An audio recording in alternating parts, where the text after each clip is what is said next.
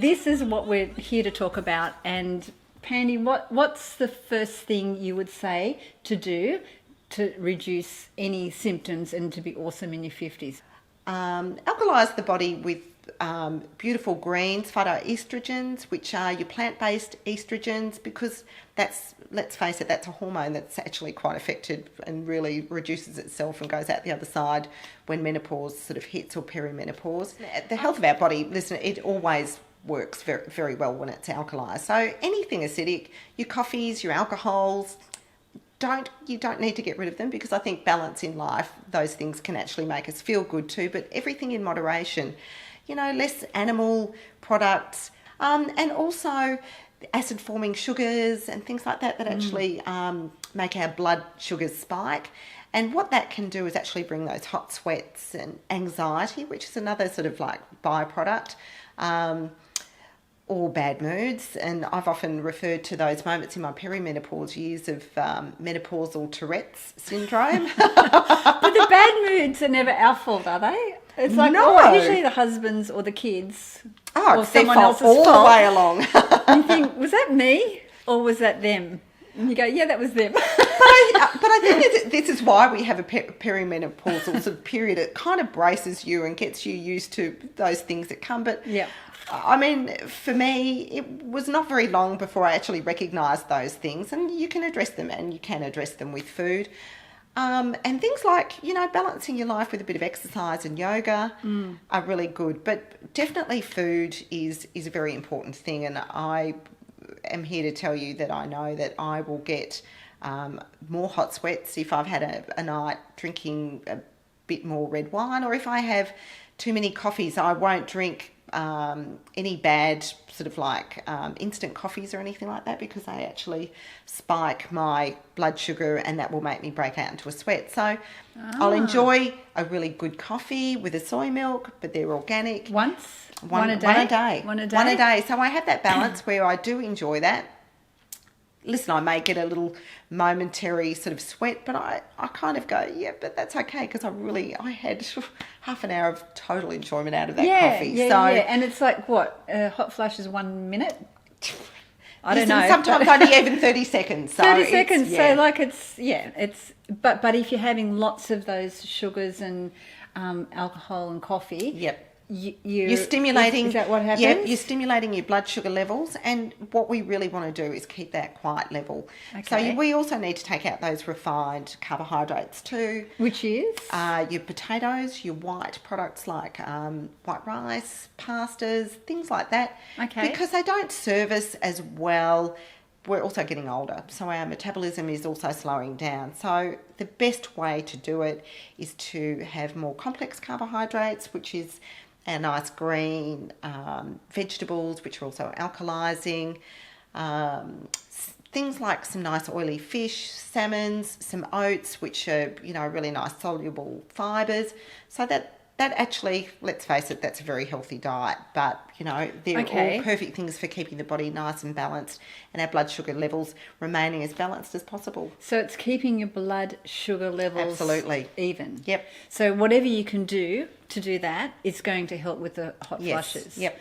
Okay, so if somebody's eating lots of sugar and refined foods, so just gently slow down the process, because if they eliminate it all at once, it will be hard. Yeah. But the payoff's got to be good. If you're really heavy and lethargic and cranky and hot flushing all the time, like, just go do it, because you'll feel better. You can't all of a sudden give a big jolt to your body. You know, it's going to go, whoa, what's going on? And then you detox and get sick. Yeah, and the other thing is our mindset, you know, is not ready for that either. So if you're really at the other end of the scale where you need to really make some changes, you've really got to crawl before you walk, and then walk before you can run. And it's about thinking about all the good things. So introduce little things at a time. Take away some of those things. You know, enjoy the balances in between, but look at the checks and balances. Look at how certain things make you feel. Notice those flushes and what does actually make you do that. So take things out slowly but surely. Reduce, you know, as I said, maybe one glass of red wine a night for dinner. Have a great coffee. Enjoy those moments because, they're great. So if you have a lot of alcohol, like if you have a big drink, you'll definitely have more hot flushes. Well, you definitely will. And you'll definitely feel more crap. Not only is the hangover going to bring you down, that dehydration is also going to really, mess with you. It's going to mess with your sleep as well, which, let's face it, perimenopause and menopause is going to give you a little bit of sleep deprivation and alter that process. And why is that? Is that because you just wake up hot? And you've got to throw the covers off? Yes, it is. And so happens? momentarily, listen, winter time's a great time for those flushes, but you throw the leg out, the next That's what I do. Cool down and leg then back out. on. It's like, what's my leg going to do? My leg's going to be cold, but the rest of my body's got the doona on it. Funnily enough, I think any sort of limb that sort of reaches out for the cold can send a message to the rest of the body and cool it down. It's pretty funny, isn't it, really? So I must be getting hot flushes because I do that. Yeah, well, that is the beginning, sort of these signs, even though you go, is it really? Do you think it will be the beginnings, And I think perhaps it's nature's way of, if you've got a good diet anyway and you're pretty healthy, it will be gradually taking you sort of towards what may or may not Gently be there. Yeah, that's right. Come hither, because this is the way we're going to go. Gently. Okay, well, that's good. So that leg thing, that example, I do that. Damn it. Yeah. Well, you are in perimenopause for many years before you actually reach that moment. So okay, so it's a good thing to have menopause? Absolutely, it's a good thing. Because it's where you are. That's right. So where you are has to be good. Listen, there's, we don't get our periods anymore. You know that's what? Awesome. So I think that's a great thing. And I think it's... So you don't get moody? You're just moody all the time. You don't get moody 2 weeks before, you're just moody all the time. That's right. No. No, I'm not. And joking. I, my conversations with Shelley is, and I probably have not been in such a better, more empowered place in my life, I don't think. And I have embraced certain things and taken control. I do yoga now, which is great for the head, great for the menopausal Tourette's.